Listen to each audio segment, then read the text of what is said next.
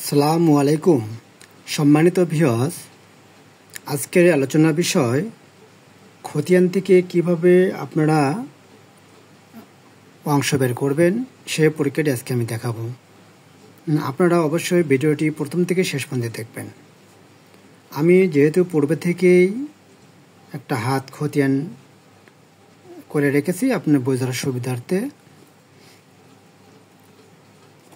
আপনারা মনে করেন যে এটা একটা খতিয়ান, এই খতিয়ানে এই দাগে এই খতিয়ানে কত শতাংশ আছে এবং কে কত শতাংশ মালিক, এটা কিভাবে বের করবেন সে পরীক্ষাটা আজকে আমি দেখাবো।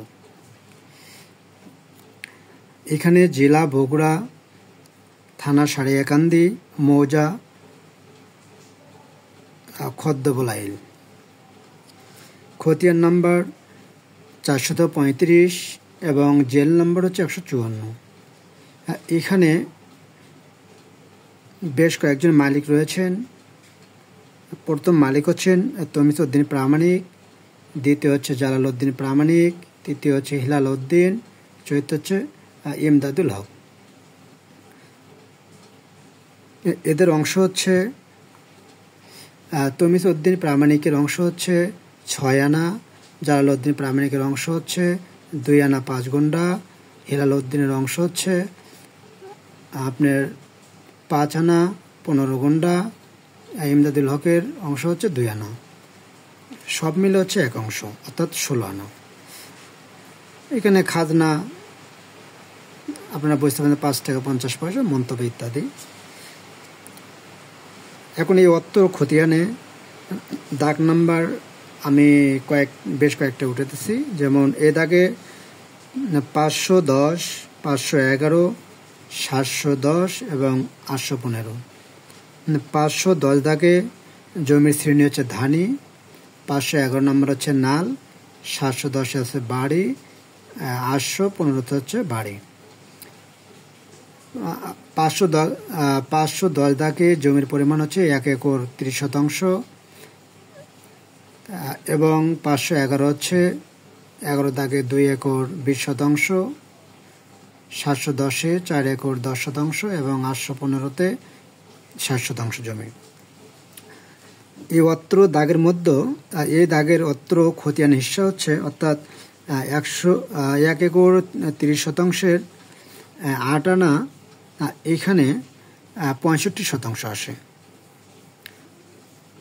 অর্থাৎ 1 একর এই খতিয়ানে 510 দাগে মোট জমি হচ্ছে 1 একর 30 শতাংশ, কিন্তু এই খতিয়ানে রয়েছে 8 আনা, অর্থাৎ 8 আনা হিসেবে আসে 65 শতাংশ এবং বাকি 65 শতাংশ অন্য খতিয়ানে রয়েছে।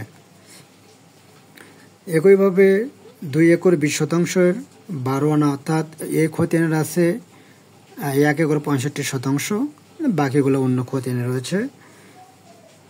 710 দাগে বাড়ি 4 একর 10 শতাংশ, এখানে দেওয়া আছে দাগের মধ্যে অত্র খতিয়ানের হিস্সা হচ্ছে সম্পূর্ণ অংশ, অর্থাৎ 4 একর 10 শতাংশ আছে। 815-তে বাড়ি রয়েছে 60 শতাংশ এবং এই খতিয়ানে সম্পূর্ণ অংশ উঠে এসেছে, এখন 60 শতাংশ আছে। এখন আপনাদের প্রশ্ন জাগতে পারে যে 1 একর 30 শতাংশর 8 আনা 65 শতাংশ কীভাবে হলো, এটা আমরা কীভাবে বের করব? এটা আপনাদেরকে বের করার সবথেকে একটা সহজ প্রক্রিয়া হচ্ছে আপনারা